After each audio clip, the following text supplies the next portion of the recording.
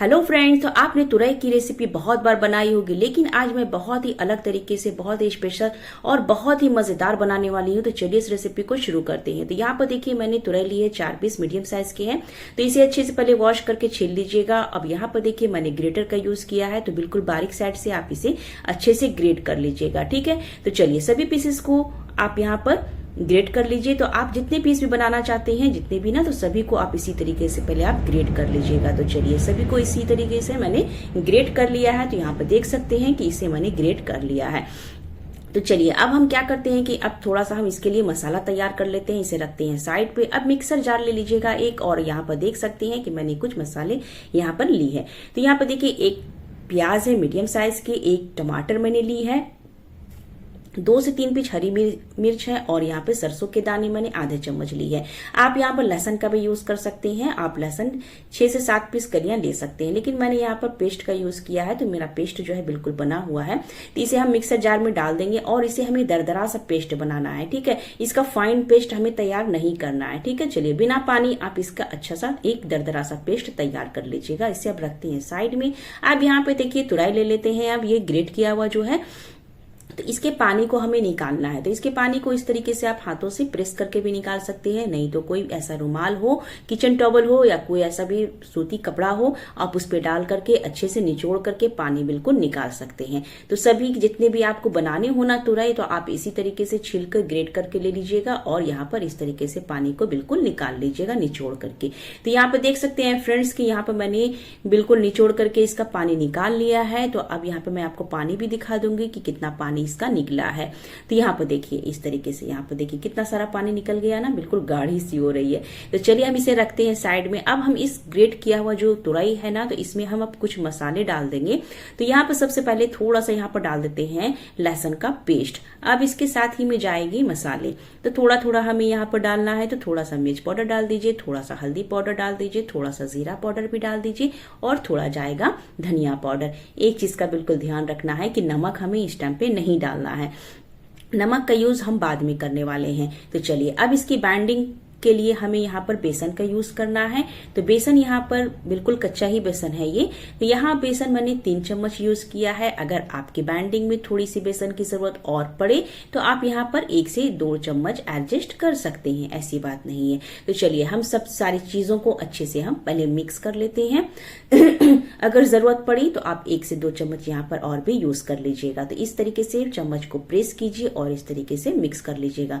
पानी बिल्कुल नहीं डालना है, इस चीज का बिल्कुल ध्यान रखना है। तो इसी तरीके से चम्मच से प्रेस करिएगा तो बहुत अच्छे से ये मिक्स हो जाती है। तो यहाँ पे देख सकते हैं कि बहुत अच्छे से लिपट गई है ये तुरई में बेसन। तो चलिए अब हम नमक का यूज अभी नहीं करेंगे, हम और बाद में करेंगे। सबसे पहले हमें करना क्या है कि ऑयल को पहले गर्म करने के लिए रख देना है गैस पे। तो मैंने यहाँ पे पैन में ऑयल डाल दिया है गर्म करने के लिए। अब आती है इसे फ्राई करने का टाइम आ गया है। तो अब हम यहाँ पर नमक डाल देंगे। नमक अगर आप पहले डाल दोगे ना, तो इससे सब्जी से जो है पानी रिलीज होना शुरू हो जाएगा। पानी रिलीज जैसे ही हो जाएगा ना, तो आपकी ये जो बैटर है ना बिल्कुल गीली सी हो जाएगी, बिल्कुल लिक्विड बन जाएगी। तो इस चीज का ध्यान रखना है, और जिस टाइम पे आप फ्राई करो बस उसी टाइम पे आप नमक डाल दो।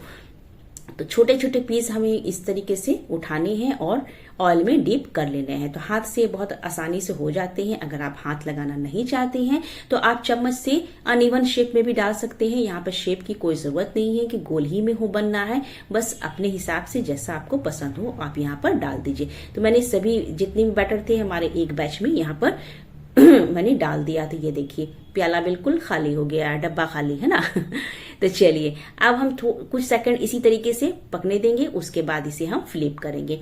यहाँ पर देख सकते हैं गैस का फ्लेम बिल्कुल मीडियम रखिएगा, नहीं तो क्या होगा कि आप अगर हाई फ्लेम पर इसे फ्राई करोगे ना, तो ऊपर से तो बिल्कुल आपकी कलर आ जाएगा, लेकिन अंदर से थोड़ी सी कच्ची रह जाएगी। इस चीज का ध्यान रखना है। गैस का फ्लेम मीडियम पर ही इसे हमें फ्राई कर लेना है। तो कुछ सेकंड आप इसी तरीके से कीजिए और इसे अलटते पलटते अच्छा सा कलर आने तक इसे आप फ्राई कर लीजिएगा। तो आज की रेसिपी बहुत ही यूनिक तरीके से मैं बना रही हूँ। जो तुरई पसंद नहीं करते हैं खाना, तो वो भी आज ये देखेंगे ना, तो वो भी इस तरीके से अगर बनाएंगे तो बहुत ही मजेदार बनती है ये रेसिपी ना दोस्तों। तो यहाँ पर देखिए ये बहुत अच्छे से फ्राई हो चुकी है, तो इसे अब हम निकाल लेते हैं एक प्लेट में या बाउल में।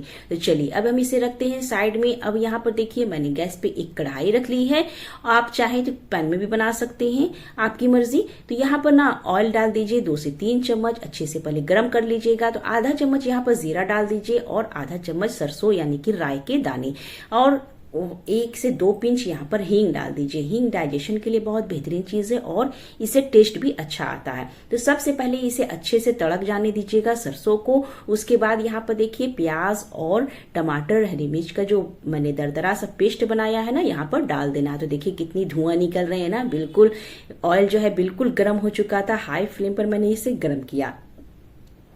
इसे डालने के बाद अच्छे से मिक्स कर लीजिएगा। जार में थोड़ा सा पानी मैंने डाल दिया 1 चम्मच, और इसे अच्छे से डाल करके मैंने इसे निकाल लिया है और इसे अच्छे से मिक्स पहले कर लीजिएगा। अब इसमें कुछ मसाले डाल देंगे। तो थोड़ा सा पहले हम 1 चम्मच ना यहाँ पर लहसुन का पेस्ट मैं यहाँ पे यूज कर रही हूँ। अगर आप अदरक लहसुन खाते हो तो आप यहाँ पर अदरक लहसुन का पेस्ट भी यहाँ पर डाल सकते हैं। तो चलिए इसे हम अच्छे से मिक्स करने के बाद 1 मिनट इसे हम अच्छे से भून लेते हैं। ठीक है, तो इसके बाद ही हम कुछ मसाले यहाँ पर ऐड करेंगे। तो यहाँ पर देखिए सबसे पहले हम यहाँ पर नमक डालेंगे। तो टेस्ट के हिसाब से आप नमक डाल दीजिएगा, और इसके साथ ही में ना हम सारे मसाले इसी टाइम पे हम डाल देते हैं। तो यहाँ पर देखिए हल्दी पाउडर डालिए आधा चम्मच मिर्च पाउडर, ½ टी स्पून डाल दीजिए जीरा पाउडर, और 1 चम्मच डालिए धनिया पाउडर। अब इन सारी चीजों को अच्छे से मिक्स कर लीजिएगा। इसकी हमें भुनाई करनी है। अगर आपकी मसाले थोड़ी सी अगर ड्राई लग रहे हो तो 1 चम्मच आप यहाँ पर पानी डाल सकते हैं, नहीं तो इसी तरीके से आप आसानी से भून सकते हैं। तो लीड को कवर करते हुए इसे अच्छे से भून लीजिएगा, ताकि ये प्याज वगैरह टमाटर वगैरह जो है बिल्कुल अच्छे से सॉफ्ट हो सके। तो यहाँ पर देख सकते हैं कि मैंने 1 से 2 मिनट इसे अच्छे से भून लिया है। 1 से 2 बार मैंने लीड को हटाया भी था, और इसे मीडियम फ्लेम पर इसे अच्छे से स्लो फ्लेम कर दीजिए। बहुत अच्छे से भुनाई होगी। और ये इसे हमें भूनना कब तक है कि जब तक ना तेल मसाले से अलग नहीं हो जाता है, तब तक इसे अच्छे से भून लीजिए। तो यहाँ पर देख सकते हैं कि मसाले से तेल बिल्कुल अलग हो चुकी है। तभी यहाँ पर मैंने कसूरी मेथी 1 चम्मच डाल दिया है और इसे अच्छे से मिक्स कर लिया है, मिला लिया है। अब यहाँ पर पानी हमें डालना है। तो यहाँ पर पानी अच्छे से डाल दीजिए और अच्छे से मिक्स कर लीजिएगा। तो इसके साथ में थोड़ा सा आधा चम्मच जो है यहाँ पर गरम मसाला पाउडर यहाँ पर डाल दिया है मैंने यहाँ पर दही का भी यूज नहीं किया है, क्रीम का भी यूज नहीं किया। अगर आप दही डालना चाहते हैं तो आप दही भी डाल सकते हैं। 2 चम्मच दही डाल करके अच्छे से भुनाई कर लीजिएगा। लेकिन मैंने बिल्कुल साधारण तरीके से और बहुत ही मजेदार तरीके से मैंने इसे बनाया है।